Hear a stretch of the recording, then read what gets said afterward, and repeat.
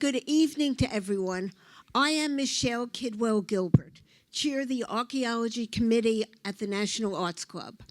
For those in the audience who are not familiar with the Arts Club, founded in 1898, we're a 501c3 nonprofit based in Gramercy Park with a mission to stimulate, foster, and promote public interest in the arts.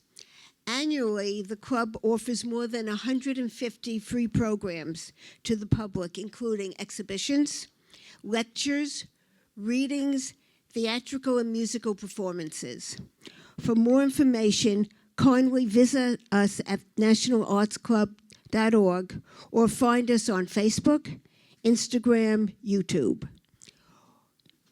On behalf of the President, Board of Governors, and the Archaeology Committee, I am particularly delighted to introduce Professor Marc van der Mieroop. He discusses the development of language and cuneiform texts during antiquity. Recalling Maury's library, mentioned by Robert Cole, as well as Pelos and Linear B, the subject of a past program with Evangelist Karikatis. In numerous talks, the Amarna letters associated with Pharaoh, Akhenaten, and involving rulers from Assyria, Babylonia, Hatti, and Mitanni have been discussed. How were these documents, bridging diverse cultures and civilizations, written during the period in question? Primarily with Akkadian and Mesopotamian wedge-shaped symbols, testifying to their use and primacy as the lingua franca at that time. Circa 1300 BCE, anyone in the Near East who wished to be considered an intellectual, such as the members of this audience, I must say, wrote on clay tablets with Babylonian characters. However, 500 years later, individuals throughout the Eastern Mediterranean expressed themselves in vernacular languages using a multitude of scripts. It is now my pleasure to introduce Marc van der Mieroop, the Miriam Champion Professor of History at Columbia University, Director of its Center for the Ancient Mediterranean, and an expert in deciphering ancient inscriptions. And let me say, not to give any competition to any place such as the National Arts Club, I periodically do attend the programs for the Center on the Ancient Mediterranean, and some of them are available online, as this wonderful lecture will be subsequently. Marc graduated from Catholic University of Leuven, Belgium, receiving from Yale University both his master's degree and doctoral degree. Professor Mieroop additionally taught at Yale and Oxford, which recently published his book, Before and After Babel. Marc has also authored a number of volumes on Mesopotamia and Egypt, including a set of textbooks. He is particularly interested in questions establishing the broad context of the Eastern Mediterranean as an integrated region.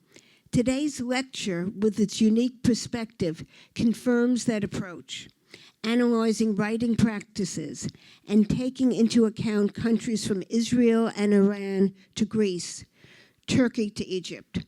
Marc, if you will.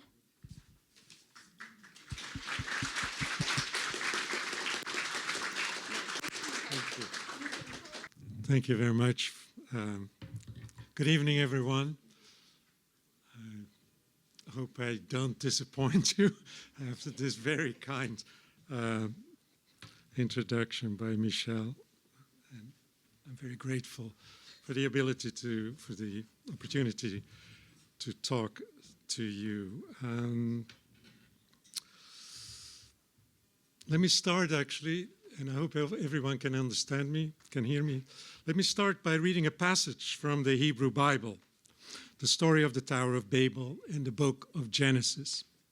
And I quote, "Now the whole world had one language and a common speech. As people moved eastward, they found a plain in Shinar and settled there. They said to each other, 'Come, let us make bricks and bake them thoroughly. They used brick instead of stone and tar for mortar. Then they said, "Come, let us build ourselves a city with a tower that reaches to the heavens, so that we may make a name for ourselves. Otherwise, we will be scattered over the face of the whole earth." But the Lord came down to see the city and the tower the people were building. And the Lord said, "If, as one people speaking the same language, they have begun to do this, then nothing they plan to do will be impossible for them. Come, let us go down and confuse their language, so they will not understand each other." So the Lord scattered them from there all over the earth, and they stopped building the city. That is why it is called Babel, because there the Lord confused the language of the whole world. From there the Lord scattered them over the face of the whole earth. That's the book of Genesis. It's a very familiar story, and there are entire books with interpretations of it. It is not my intention to add to them and analyze the text again. It is an etiology, an explanation of why there are so many languages spoken all over the world, and the preceding chapter classifies the world's population as descendants of Noah's sons, Shem, Ham, and Japhet, each with their own language, as the Bible says. Etiologies are fictions, and I suppose most of you here doubt that the Tower of Babel story ever really happened. And I'm certainly not going to try to argue otherwise today.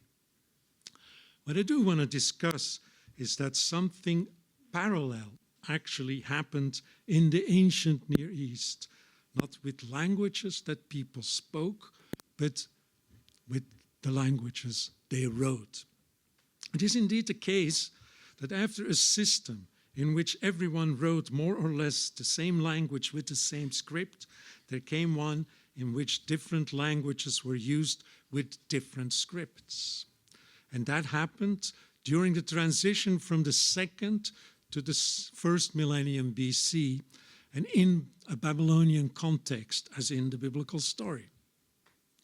I'm not saying that the Tower of Babel passage explains this evolution, but that the author or authors were aware of the contrast between a common written language and different languages in different scripts.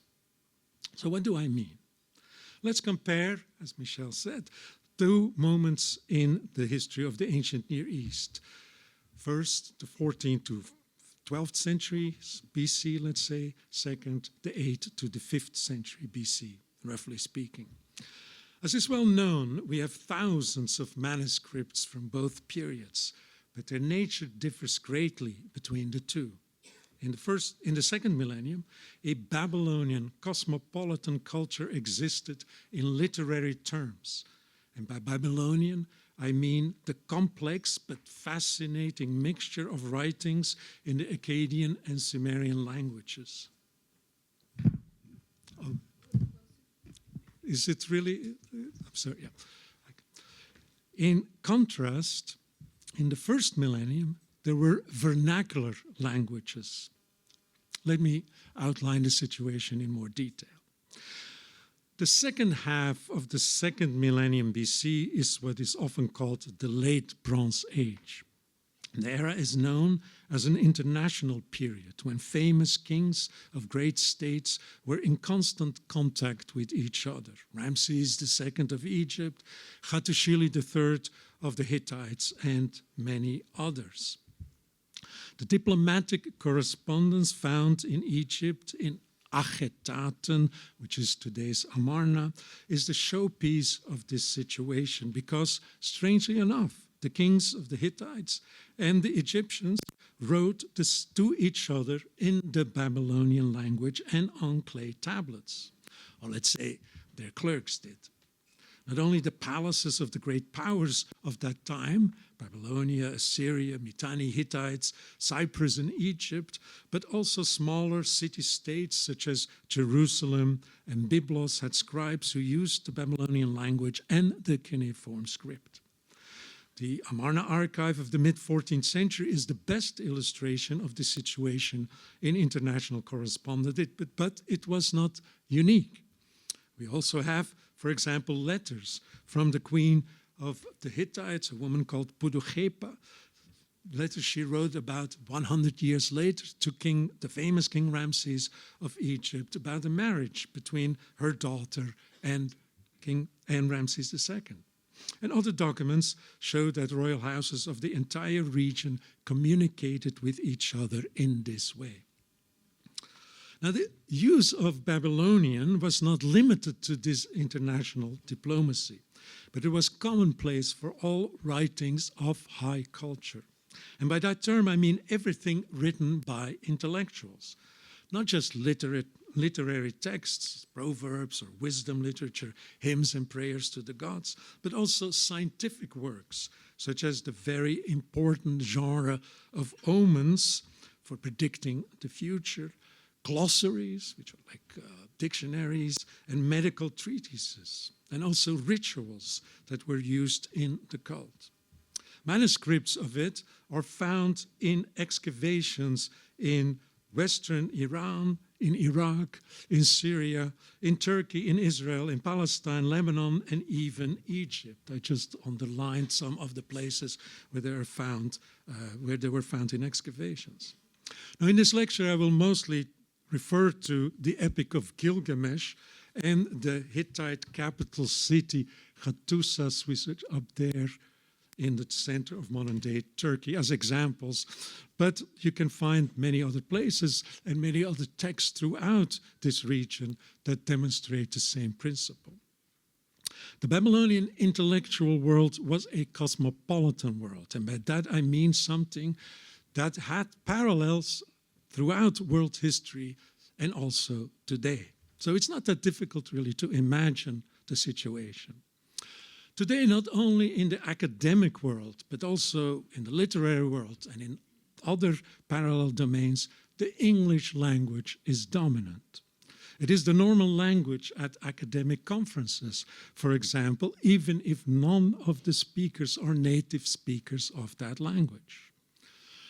As you all probably know, Latin was the cosmopolitan language in Roman times. English is today. In between, Arabic, Sanskrit, French, and other languages have played that role in different periods and different regions of the world. Babylonian was the cosmopolitan language of the ancient Near East in the 2nd millennium BC.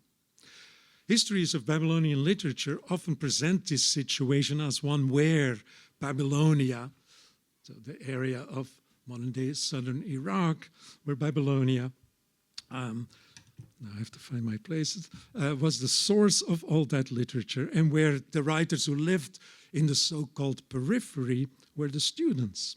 And often they're criticized by my colleagues as bad students because they made mistakes.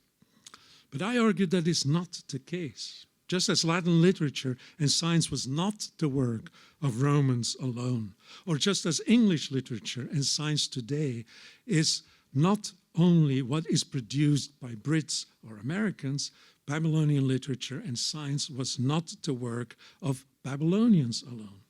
Today, academics all over the world publish in English, and they would be offended if they were seen as imitators of academics whose native language is English. Latin literature was also the work of Spaniards, North Africans, Celts, Britons, and others. Babylonian literature in the 2nd millennium was also the work of Syrians, Anatolians, Canaanites, Elamites, who creatively used material that did indeed originate in Babylonia, but they fundamentally influenced that material and reshaped it. A fascinating aspect of Babylonian literature that, in my opinion, does not get enough attention is the fact that a text is never finished. If you are reading a poem, a novel, a scientific text today, you have a completed work. The author has decided that it is ready to be printed. There may have been dozens of earlier versions, but they do no longer count. From now on, the work is something that cannot be changed, certainly not by anyone other than the original author. But that was not the case in Babylonia. So take again the famous Epic of Gilgamesh. We easily know 10 versions of it written over more than 10 centuries and in different places of the ancient Near East. We can see generations of authors expanding and rewriting the same text in different ways. Some 15 years ago, a new version was published in which the main characters Gilgamesh and Enkidu were replaced by two gods, the gods Sin and Ea, where the location of the story was changed from the city of Uruk to the city of Ur. Now, by the way, it is very, very rare that a clay tablet is mentioned in international news, but that this did happen with this particular tablet, with this manuscript of the Gilgamesh epic, when the government, last year or the year before, when the government of Iraq was able to recover this stolen tablet from a collection in America. Also dazzled because the price paid for it was more than $1.5 million. The story in the newspapers was always about the return of the stolen object, something important indeed. But one aspect that unfortunately, in my opinion, did not get enough attention was the fact that the version of it on this tablet was so special. Now, unfortunately, since this tablet was excavated illegally, probably sometime in the 1990s, we do not know where it comes from. But all indications are that it comes from what we call the periphery and was written when the great cities of Babylonia, the centers of literary culture, were almost empty and certainly did not produce new literature. So we can see here how the so-called disciples of Babylonia not only copied, but also rewrote the manuscripts, the masterpieces of that culture.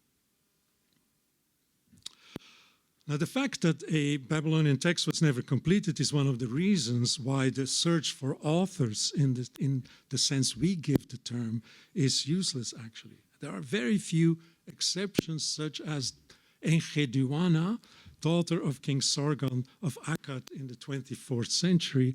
And I hope all of you had the opportunity to visit this wonderful exhibit in the Pierpont Morgan Library a year and a half ago, or a year ago, devoted to Princess Enkiduana. But it's the exception, I must say, to have a name of an author. People often, in my field, often speak of canonical versions of text and so on, but that term is, in my opinion, misleading and actually no longer generally accepted by my colleagues. Variation is the hallmark of Babylonian texts. And in the second millennium, intellectuals from all over the ancient Near East eagerly joined in to create new versions. Take the Epic of Gilgamesh as an example. Again, a number of different versions have been found in, I've forgotten, the map is gone, in this Hittite capital city of Hattusis. In the Akkadian language, there are two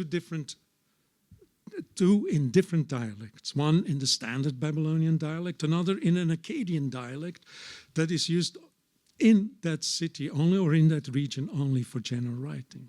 One version parallels the version we know from Mesopotamia itself. The other shows more independence. The story is condensed, and the writer did not use a separate line for each line of the poem. And actually, you have to remember, the Epic of Gilgamesh is a poem.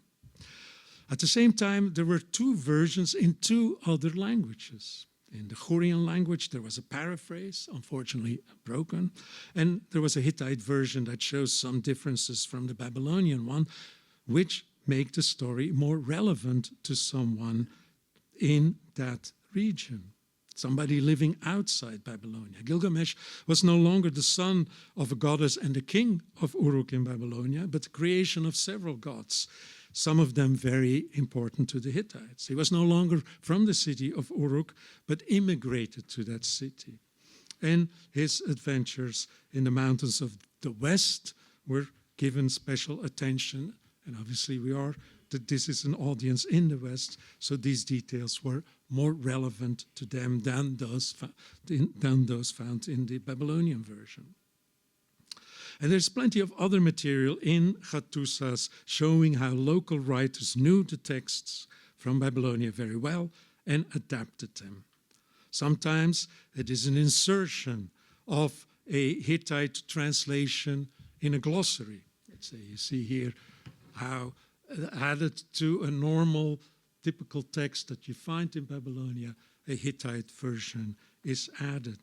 Sometimes we can easily, something that we can easily understand, but often is it editing done entirely in the original languages. Not only in Akkadian, which is more accessible, was more accessible, but also in a fully academic language at the time, Sumerian. This was not the work of students, pupils. They were highly educated intellectuals who contributed to the development of what we call Babylonian literature. The second half of the second millennium until just before the last century of the millennium is often regarded as a lean period in the literary history of Babylonia. Indeed, there are very few manuscripts from that region itself, but I think it was a high period of that literature, for that literature, because every intellectual in the Near East who wanted to be taken seriously had to be involved with it. Just as today, an academic who does not use English does not contribute to science on an international level, so could those who did not know Babylonian call themselves intellectuals at that time.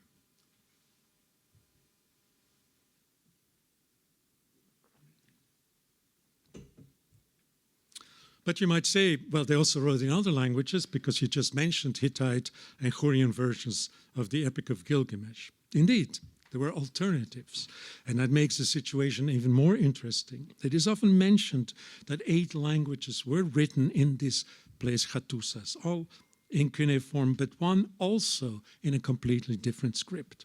The Luvian language was written both in cuneiform and in a script specific to that language that we call hieroglyphic Luvian. And if you look at other regions of the ancient Near East in the second half of the second millennium, you see a lot of other languages, several with their own scripts. For example, Ugaritic was written with an alphabetic cuneiform script, and there are meager remnants of what we call linear alphabets. You see some examples here. And a famous linguist wrote 60 years ago that there were, quote unquote, many attempts to create systems which everywhere in this period began to spring up like mushrooms after a rain, end of quote. That is true, but if we look at what was written, we see that there were great differences in how the different languages and scripts were used. Again, in Hattusas, several of the 8 languages mentioned were merely written down as quotations in texts in other languages. We only know phrases spoken to gods and written down in ritual texts. A few technical terms appear in a language similar to an Indic language. Alluvian, written in hieroglyphics, was used for public messages about royal achievements. And there is much debate about whether or not administrative records existed in that language and script on perishable materials. And Hurrian and Hittite were used for official texts related to the state. So there was a rich repertoire. But those were the main languages of the royal family, although there are many debates of what was actually spoken by the royal family. Now we see the use of Hurrian and Hittite making its way into more literary, quote-unquote, contexts such as myths and omens. There are even bilingual Hurrian Hittite texts. So there are local, regional languages behind the political power. But those were more commonly written down than the smaller language. But Babylonian, including the Sumero-Akkadian bilingual text, remained dominant for highly intellectual material. And there were several people in, let's say, the court of the Hittites who handled it very well. They even had a handbook to translate into the Sumerian language. So I hope I was able to show that in the second millennium, an intellectual in the ancient Near East, wherever that person lived and whatever language he or she spoke at home, could indeed, should perform work in the Babylonian cosmopolitan form, just as today academics have to do so in English in order to be taken seriously. Now, this situation ended around the year 1200. It was the end of the Bronze Age, and there were changes in all areas of the ancient Near East. There were political, economic, social, and cultural upheavals, and the crisis of 1200 is one of these subjects about which much ink flows. There's great passion and disagreement about the causes, as you can see here from a few titles of books on the slide. And today there is even a graphic novel that's called 1177. All sorts of reasons are suggested, and actually they tell us often more about present-day concerns than about the past. As you can see, virus, warfare are mentioned here. Very popular today is the idea that climate change was the trigger of the collapse of the Bronze Age. The renowned French historian Fernand Braudel, better known for his work on civilization and capitalism in the early modern period, once wrote, in the 12th century BC, the Eastern Mediterranean returned to a level 0 of history, or close to it. It may be disputed whether that was indeed the case, but a very important consequence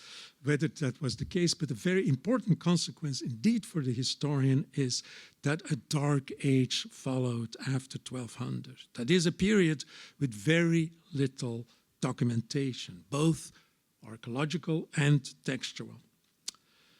When more evidence reappears in the 9th century, the political situation in the region is very different from what we had before 1200. The great powers that dominated, so on the left side here, that dominated the west of the Near East of the second millennium no longer played a role. Hatti, the Hittite state, had disappeared, and Egypt had retreated behind its borders. Meanwhile, Assyria was developing as the great power, and its success led to a revival of source material. It is a fact in history that great states leave behind much more information than small ones do. Now, one may think that Assyria also spread its culture, which is the Babylonian culture, in parallel with its political power. It was indeed the case that in Mesopotamia, the ancient writing culture continued, and Assyria, the country that had eagerly adopted Babylonian culture in the second millennium, it really blossomed under the sponsorship, actually, of the palace. But a comparison with the Roman Empire and Latin cosmopolitanism shows how different the situation was. In the Roman case, political and cultural expansion went hand in hand. In the ancient Near East of the first millennium, I think the situation was the opposite. Throughout the western part of the world, we now find a lot of scripts, each recording a different language. Most of them were alphabets, but there was also a what we call logosyllabic script, is actually hieroglyphic Luwian, and a syllabic script used on Cypriot. Cuneiform writing almost completely disappeared from that world. There are too many local scripts to give you details about all of them, but I want to talk about two Greek and Hebrew to try to explain the connections with the superpowers of the Near East throughout the first millennium, that is Assyria, Babylonia, and finally Persia. I argue that these local writings developed in the shadow of these empires and in resistance to these empires, so with a knowledge of the literature there, but trying to undermine that literature.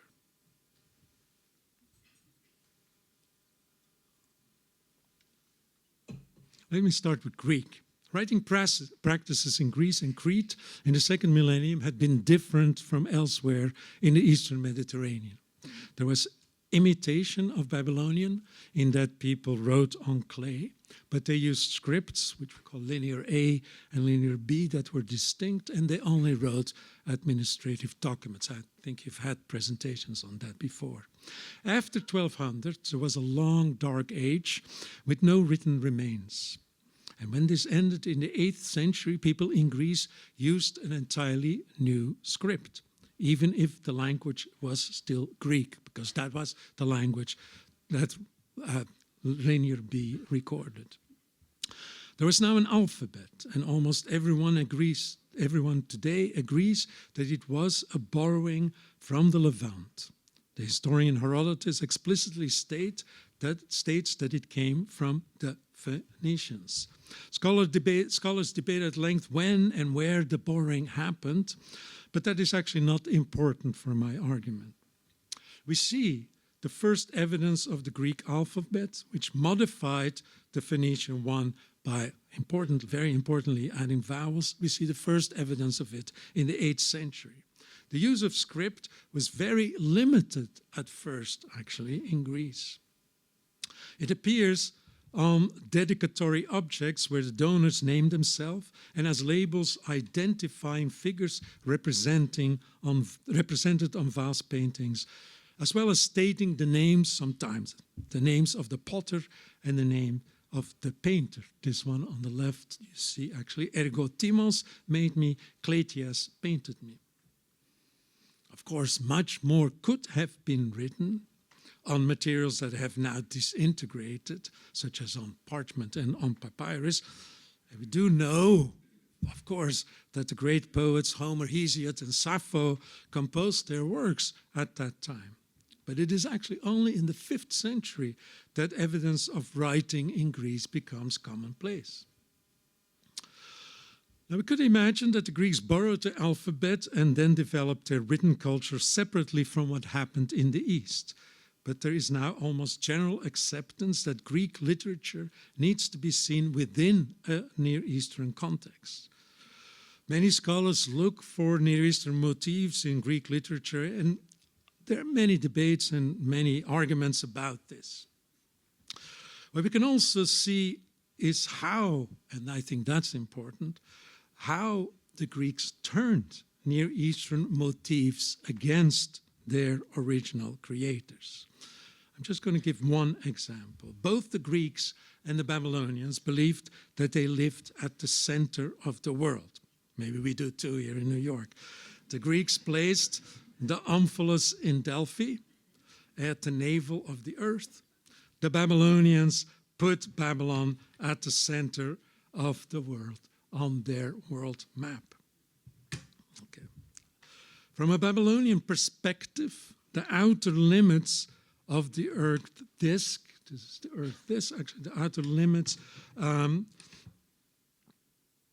were surrounded by what they called the bitter sea, a space where then historical text, Ionians, that is the name they used for the Greeks, lived. The Assyrians encountered them in the Mediterranean in the 7th century and described them like fish in the bitter sea, where they were not easy to catch. So that was a trope of their representation of the Greeks. Now, as you all know, some 2 centuries later, when the Persian Xerxes tried to annex the Greek mainland,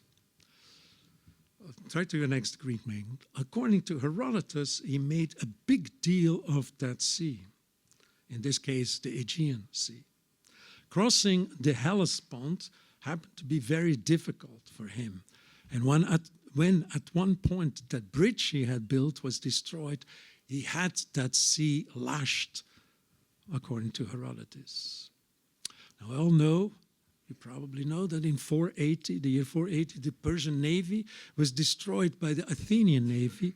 And there is a literary description of this in the play The Persians by Aeschylus, a play first performed in the year 472. Aeschylus fought in that battle. It is set in the play is set in the Persian capital called Susa, and the messenger reporting on it uses, I think, Babylonian imagery, but turns that against the Persians. I quote from Aeschylus: "The Greeks hacked and stabbed at our men, as fishermen do with tunnies and some other catch, using broken oars and pieces of wreckage." End of quote.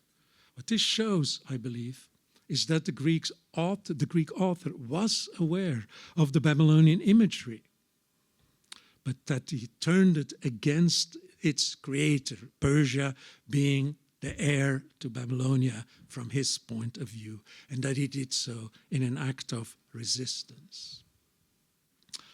The second case study, let's say, is Hebrew, which was used in the lands of Israel and Judah. Its alphabet, too, was derived from the Phoenician one. Now, very unusually for the ancient Near Eastern world, there are no royal inscriptions in the Hebrew language. The only inscription that resembles a royal inscription is that in the Siloam tunnel in Jerusalem, which commemorates the moment when workmen digging the tunnel from both sides reached each other. Here is a drawing of it. No king or official is named in this text, however, although it is almost certainly in the reign of Hezekiah in the 8th century, for the Bible records the work on the tunnel at that time. Now, the lack of official inscriptions is a riddle. Some scholars think that all those that existed were destroyed at some point. Others that there was a religious ban on inscriptions, and others that they existed, but that archaeologists have not found there. It is a very curious situation. But we have a decent corpus of administrative material in Hebrew, although mostly stamps with the word of it of the king, and a few official letters and receipts scratched on potsherds, for example, from Samaria. I show one there on the top, which is the capital of ancient Israel. So we see the use of language and script in daily interactions. It is not that they didn't write, but they did not write royal inscriptions. Now, Hebrew is, of course, the language of one of the greatest works of ancient literature, the Bible. That book, or rather those books, forms the corpus of ancient Near Eastern literature that had the most impact on world literature in general. The study of the Bible is a discipline in itself, with, as you probably know, libraries full of contributions. Almost every detail raises a great deal of discussion, which can sometimes, unfortunately, become acrimonious. So for everything I say here to you, one can find publications that would express entirely different opinions. I'm aware of that.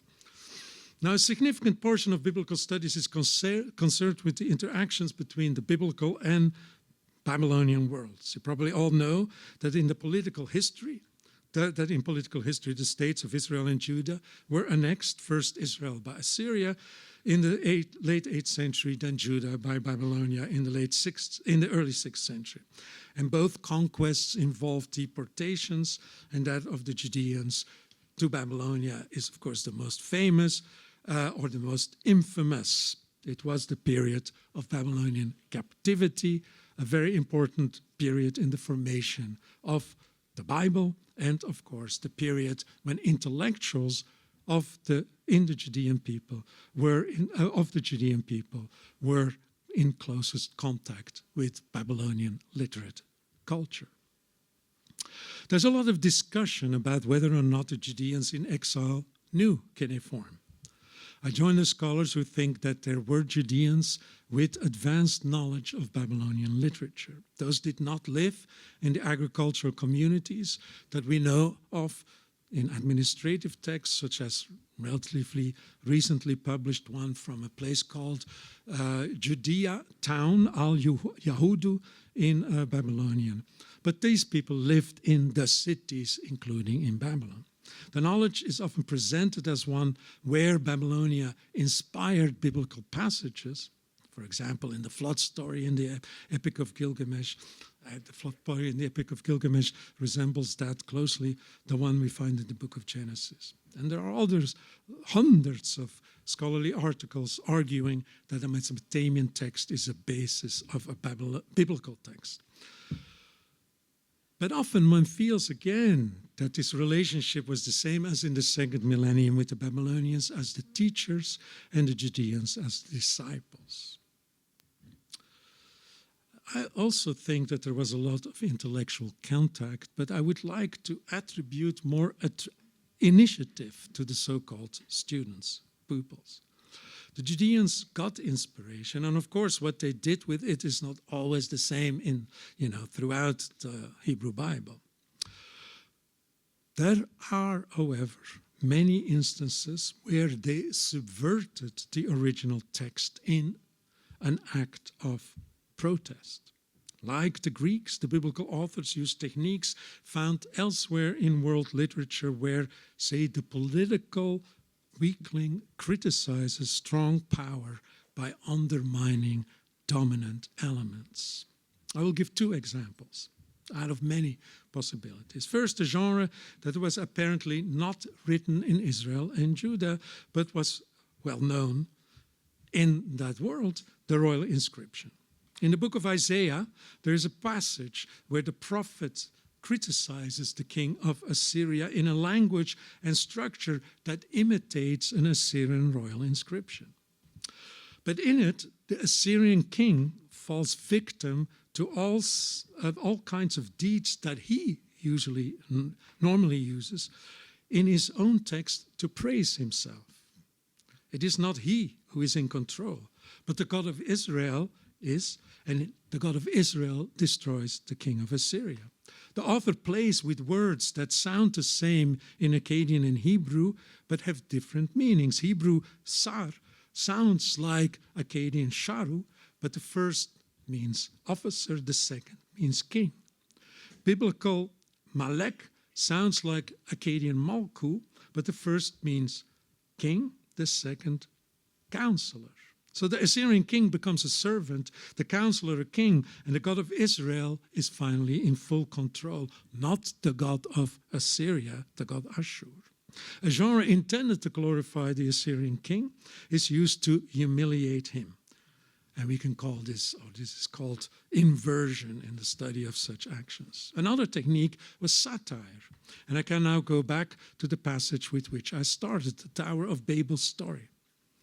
It is a fake building inscription, a genre of inscriptions that is very well represented in Mesopotamian writings. As you know, Assyrians and Babylonians were very proud of their building, and actually all Assyrian royal inscriptions are building inscriptions. The king says he has made something bigger than ever before. The Tower of Babel, as described in Genesis, is of course the same. It was intended as a building that would reach heaven.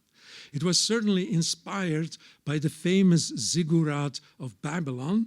You can see it here in the background of this painting by Edouard Pendeman from the 19th century.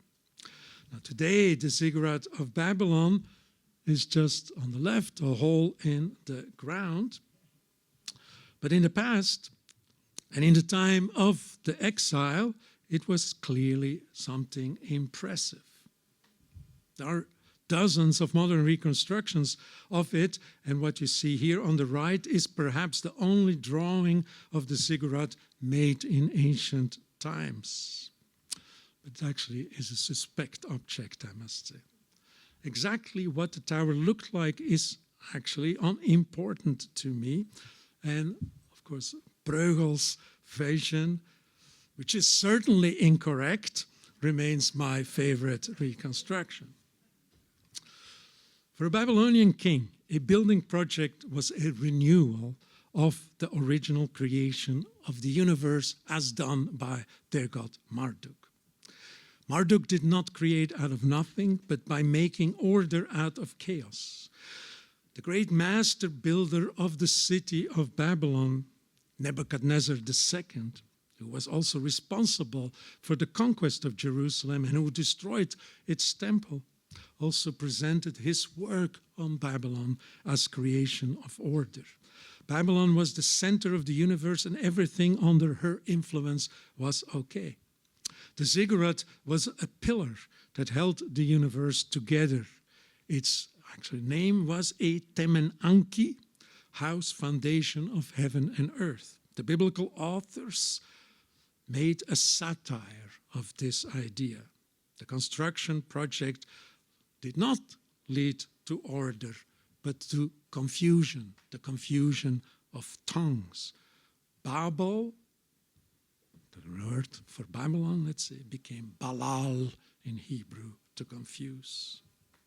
So what we see here is creativity that was not totally independent of what was written by the great powers, but was based on a knowledge of the different genres there.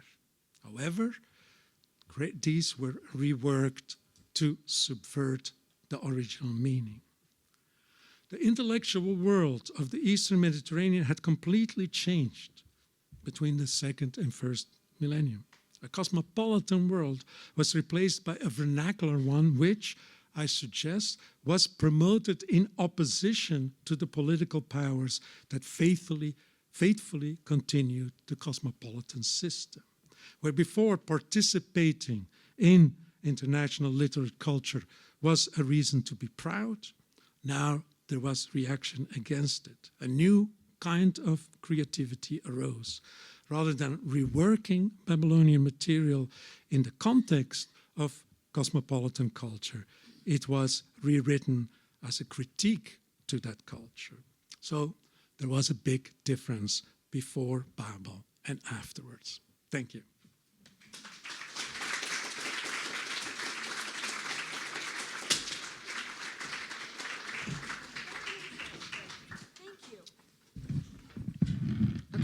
I certainly learned a lot from that talk, and I thank you. I'm sure the audience did as well. I'd like to, before we get to the questions, a couple of things. I want to mention some of our programs are online since COVID. We've put a number of the archaeology lectures, and yours will be in around a month. The time I get it in and I go through it and I send it back. But you may find, if those of you who are interested to know more about some of the individual cultures, we've had maybe 5 programs related to the Amarnan period, and you'll find those involved. We had 2 about Israel. Oh, I'm sorry. Thank you for reminding me. I think it's very important when people do, frankly. What I was saying is, if you want more information from this about this fascinating time period that we all learned about, we've had approximately 5 programs online about Amarnan art. We've had 2 online about Israel. One was about the Philistines, and the other related to Jerusalem. We were fortunate Julian Reed from the British Museum spoke here on it was a virtual program, but it's online again. And we had Eric Fromm and Ray Dowd speak about a stolen object. So you may want to consult the archaeology lectures online. Something that you showed made me think of another program which is dissimilar. But for those of you who attended Diane Klein's fascinating talk on the workers on the Parthenon, her husband Eric Klein was mentioned for his book, 1177. Unfortunately, she passed away this year. but was an extraordinary scholar, and we learned a lot about the Parthenon construction and about people from different societies, like the language, who were in communication with each other and worked together.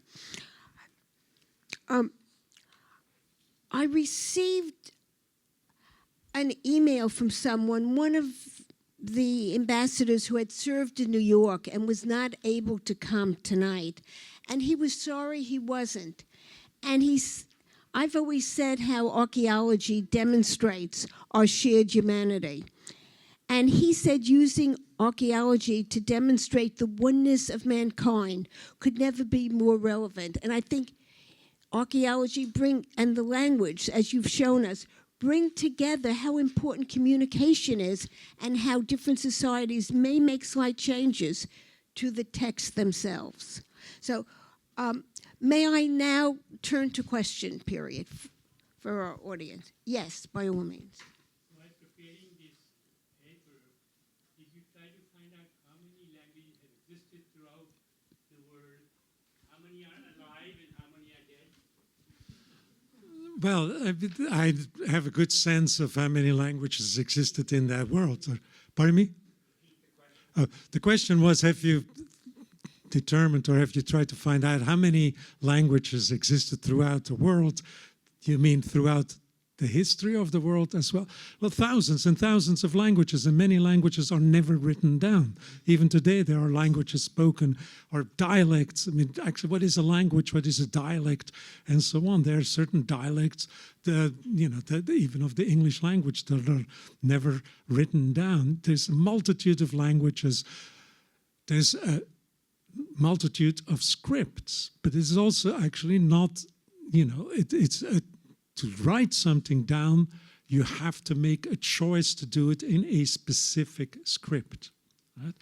And usually you rely on a number of pre-existing scripts to choose to write your language. If today, let's say they decide they find another language somewhere, let's say in Latin America, in an inaccessible place, then if you want to write it down, you will have to make a conscious choice of what script to use.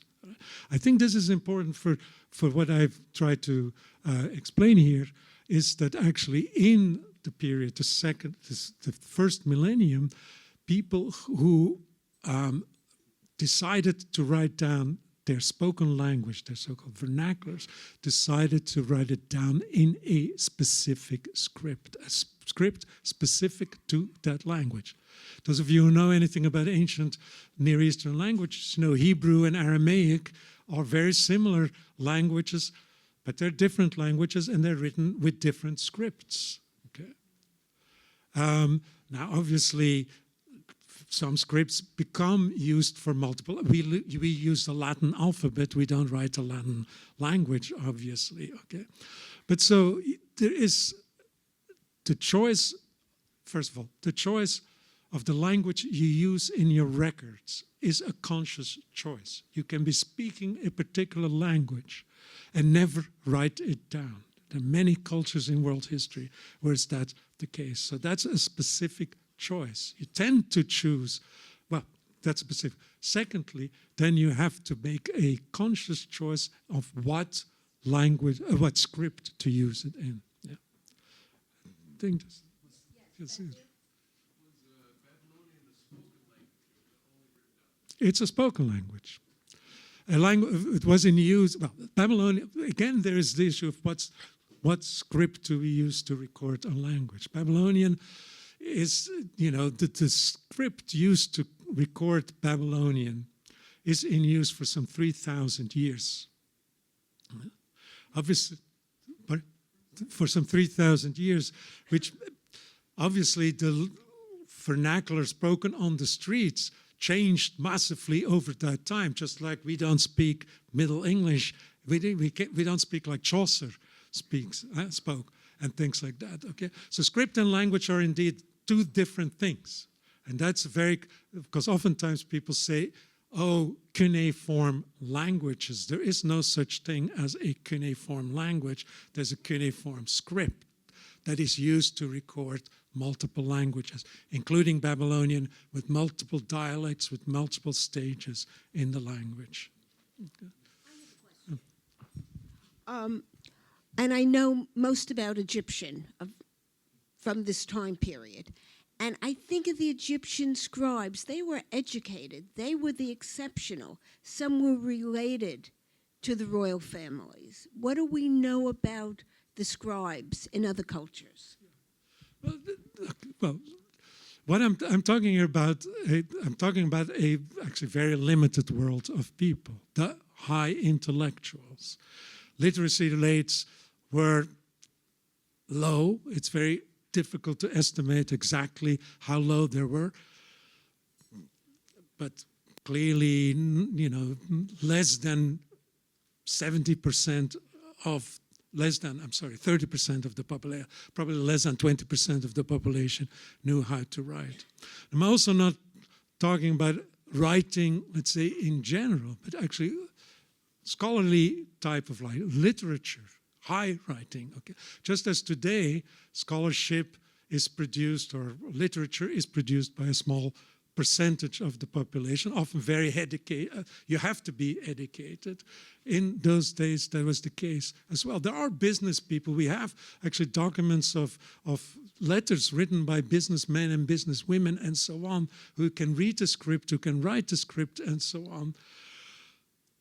But I am really talking indeed about a very high level world where you can have this, Aeschylus is not an average Athenian, right? So that type of people I'm talking about, yes. Yes. Am I correct that Babel means gate of God? Is there a connection between that, if that's true? Yes, there is, in Babylon there is actually,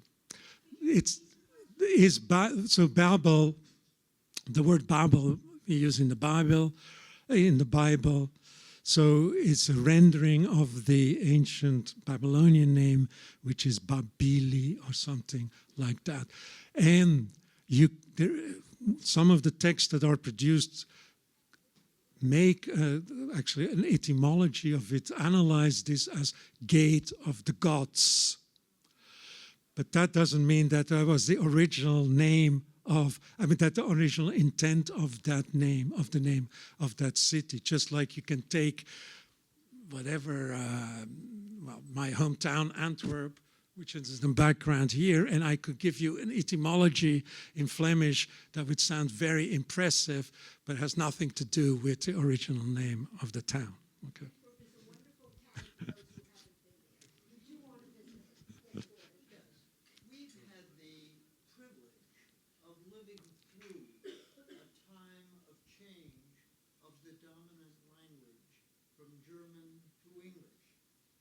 Is there much to be gained with regard to previous changes in terms of the mechanism of this? Well, I think it's a very important, you point out something very important indeed, that let's say in the intellectual history of the Western world, from, let's say, 1800 till today, English was not always the dominant language. And in certain fields of study, German was for a very long time. Actually, Einstein gave a lecture at Columbia University in the 1920s or so in German. If you do that today, you will have 5 people attending, right? If there are many. So, yes, and there's change, and this is a warning for us all too. We accept, okay, I'm not a native speaker of English, as I'm sure you've noticed, all right? Scholars like myself express themselves in English and assume that by writing, and no, actually by writing in English, we reach the largest audience. But that can change over time, and a new cosmopolitan language will arise, maybe not in my lifetime, but hopefully not in my lifetime, let's say, because I don't want to learn. Probably it would be Chinese, I have a feeling. Yes. Well, The basis of my question was, how often does war change the dominant language? see, I disagree with that. War can be an aspect of that. like, let's say, the spread of a language can be tied to military activity, as you see in the Roman Empire.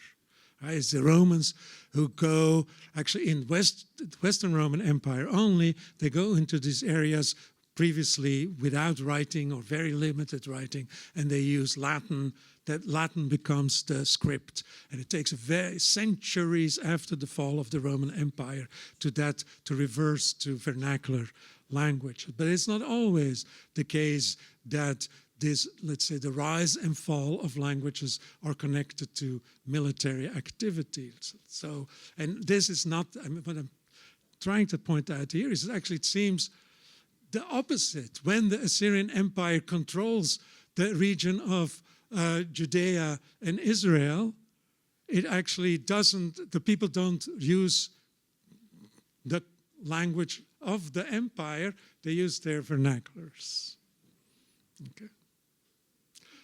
With the German, I had to go to Goethe House to take a course, German for art historians and archaeologists.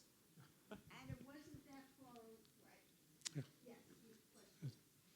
My question is going to be, what are some of the circumstances or triggers that change, help the world change to, or cause the world change from one language to the other? Is it finance? I wasn't going to think of war, but you know, finance or some of those other things. And why is, you know, like French was the language of diplomacy, but German, you're saying German was the language of, I guess, the other dominant language. Yeah. Yeah, I think various factors, many different factors can play a role there. Can it be connected to religion, for example? The spread of Arabic is very, or Sanskrit is very much, no, actually Sanskrit, not to, Arabic is connected to religion and things like that. Obviously, economic power is a very important aspect, and because, let's say, the Anglophone world today is, in the mid-20th century, became the dominant economic power globally. English became the global language of business. But then also, and then of course imperialism. I mean, a lot of English language literature produced today is produced by, you know, people from the former colonies, British colonies, and they win Booker Prizes and so on. Okay. Thank you. At what point is the cuneiform translated into other languages? From, Is there something like a Rosetta Stone? you mean, at what point have we learned how to decipher it? Yeah. We were very fortunate because there's no Rosetta Stone. With Rosetta Stone, there the Egyptian it was possible to decipher it because of Greek, which is also, let's say, an ancient language. And if we hadn't known Greek, we wouldn't have been able to translate the Rosetta Stone that easily either. The Persians dominated this world starting in the, let's say, around 500. Persians who left behind trilingual inscriptions written in Babylonian, in the cuneiform, the original cuneiform language, language called Elamite, forget about this, but also the Persian language, which is an Indo-European language and has connections still to Middle Persian and even modern Persian, let us say, which was written in a cuneiform, but an alphabetic cuneiform developed at that time. And those are alphabets are relatively easy to crack. You only have like 30-something symbols, while the Babylonian cuneiform has 350 plus symbols. And it was actually because we knew the names of Persian emperors from Greek sources like Herodotus and so on, and you could see a certain repetition of, you know, sequences of signs, so the Persian could be deciphered. And then, I mean, this was not a simple job. You know, this happened in the mid-19th century, that this was done by various scholars. Yeah? But at this point, a person like myself can read a Babylonian text if I use a dictionary once in a while, obviously. Would you say a fair analogy, a contemporary analogy, to the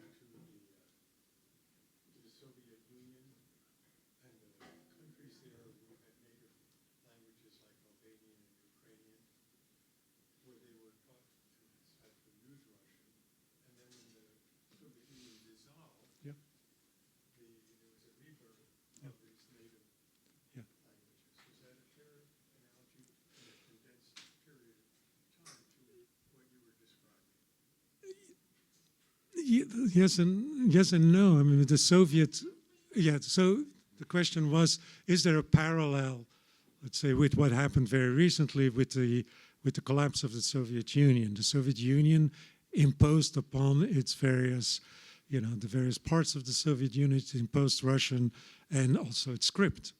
And when the Soviet Union collapsed, local languages became written, and in also some abandoned Cyrillic script in order to use the Latin alphabet and things like that. There are some parallels, let's say, but the fact is, so the situation I described with the, let's say, the universal use of Babylonian is not because of any military political power. There's no connection to political power. It's not imposed upon these people. These people chose to adopt this system of writing and adopt the practice of writing in these languages because of the cultural, let's say, the cultural dominance or the cultural status, let's say, of Babylonia. I still, I can't explain why in the first millennium this changed. I can't explain these explanations.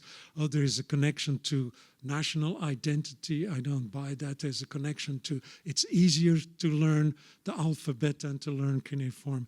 I don't really buy that either. But to be honest, I don't have a good explanation of why that change happened. We're going to continue with questions just a minute. But what I've noticed is we've lost some of our audience, and they've missed out not hearing what you have to say. But I would like to just announce our next couple of programs. You can get some water. So then, okay. Our next program relates to language indirectly. We're going to have Dr. Benson Harar is going to talk about how Napoleon invented Egyptology with the mother of all coffee table books. Now, it's going to be online May 8th at 2 o'clock. But again, you're going to have to register with the Arts Club for that.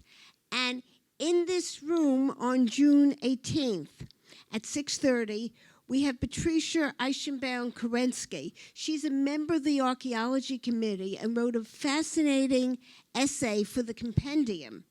And she'll discuss the discovery of desecrated Chinese medieval Buddhist art. She teaches Chinese art at Bard College. So I want you to know that. Courtney, if Courtney will stand up, the beautiful blonde in back. If you are not on our committee list and you want to receive the Archaeology Addicts announcement about these and our other programs, please give your email address to Courtney, and there will be a punch reception following. But let's finish some questions, because they're fascinating, as are the answers. Okay. Yes, in back. Yes. So, when you're talking about Babel, it sounds like a historical film of modern political satire. And if it is, who is the intended audience of that satire? Well, it's a very good question indeed. So who can So the question was, you're pointing out this is satire of an imperial, let's say an imperial trope becomes satirized, and for whose benefit? Good, very important question. Well, I think what you see happening in this world of intellectuals, Judean intellectuals, in the exile, actually, especially during the exile, that there was a great deal of interaction with this Babylonian culture, a great deal of actually desire to participate in it by certain groups of people, by certain individuals and groups of people. And that is actually was a way to criticize these people, a way to criticize, let's say, the collaborators with the imperial powers, and to convince them to stick to the Judean tradition, which then grows into the monotheistic Jewish tradition. Yeah. What do you mean with today? I'm sorry.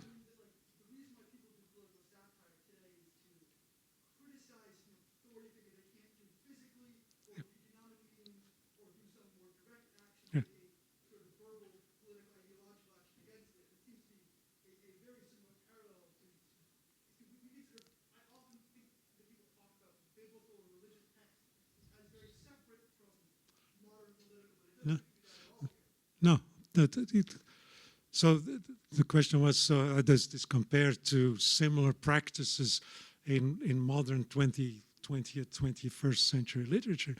Actually, the ideas that I present here are ideas that have been developed first for what we call post-colonial studies, where you do see people from the former colonies of France, Britain, and so on, reacting in their cultural production, not just in their literary production, but in their cultural production against the, let's say, the imperial center. And that you see these techniques being used by people who criticize the imperial powers. And I do see, yeah, that's where my inspiration for some of this terminology comes from, yes.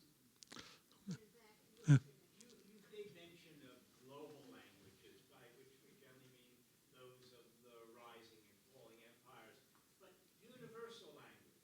When I was a boy, we learned not only about collecting to UNICEF, but about Esperanto, the step towards universal language. Does the history of language lend towards that idea, towards a universal language, or to what we think of when we think of Babel, just this fragmentation? I think the question was audible to everyone. Well, the Esperanto was a fiction, was an idea. Ideally, we would all speak one language. This is sort of the biblical image of the Tower of Babel. If we all spoke the same language, we could build a tower up into, to reach heaven. Okay. We define the words the same way. Yeah, correct. Okay. Well, so why? I mean, English, let's say, at this point is the cosmopolitan language. And again, to participate in a world, a connected world, in the global cultural or global academic or global financial world, you have to know English. So, but there is reaction, of course, against. There can be reaction against it. So it goes back and forth, back and forth. Various elements play a role in this. I'll repeat myself because we tend to, I think, forget this. We make choices. People make choices about this, and we should be aware that these are conscious choices. Two more questions. Yeah. One, and I think there was a question that was from someone. Nebuchadnezzar conquered the first temple of Jerusalem, I think it was 1650 BC. No, 6 something. No, yeah. When he took over, you had coins, you had currency, you had language in the currency. Did that change? And what was the common denominator for everybody to understand the currency and the periodicals of the day? So the question was, so before the sack of Jerusalem by Nebuchadnezzar, which was sometime in the early 6th century, BCE, like 597 BCE or something like that. So was there a common use of a language and a script in that part, in Israel and Judah? Yes, there was. It was the use of the Hebrew language written, and so coins have can have Hebrew letters on it. The documentation that we have, as I showed you, some of these, there are these documents, potsherds, even some fragments of parchment and papyrus that have Hebrew text on them. The use of writing on coins is very common in the ancient world, but most of the people throughout the ancient world were illiterate, let's say. But again, there's also something about literacy that's important.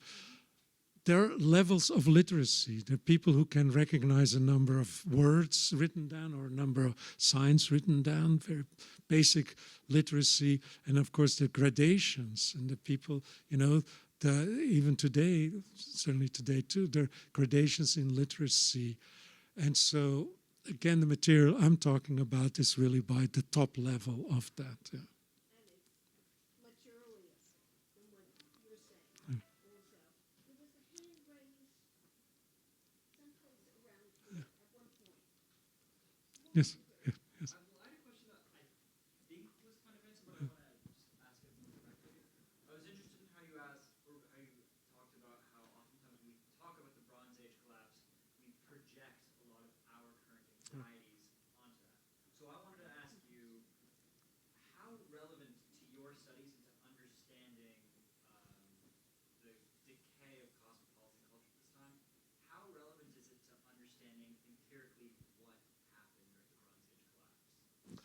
So the question was, so is, Bronze Age collapse this big question? And I pointed out, indeed, how our interpretation is very much influenced by our modern day concerns. And as I said, lots of scholars, lots of books, lots of art, or, say climate change must have something to do with it, and they look at evidence for climate change.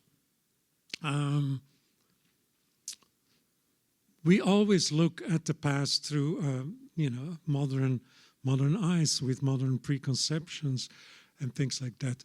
The issue, this is just in general for ancient history and not just ancient history, collapse is always very difficult to study because collapse is a moment of chaos, disruption, and there are lots of factors that that can play a role, lots of factors that are documented. So we have a large number of bits of information. Bronze Age collapse is it's a very popular topic. As I said, there are many, many books written on it. And ultimately, the historian's job is to put these pieces of the puzzle together into something that seems credible and that also has some value of explanation. And our biases or concerns play a role in this. There are actually quite a strong feeling amongst scholars that actually Bronze Age collapse never happened. That it was just a shift, a smooth, something over time. But the study of collapse was very popular in the late 20th century, for example, because, as I said, the collapse of the Soviet Union and things like that. So how do we explain these things? But that's the fun about history. Let's say, that we can, and we should acknowledge the fact that it's, we are the ones who reconstruct. We are not the ones who know exactly what happened. Well, I want to thank you. Okay.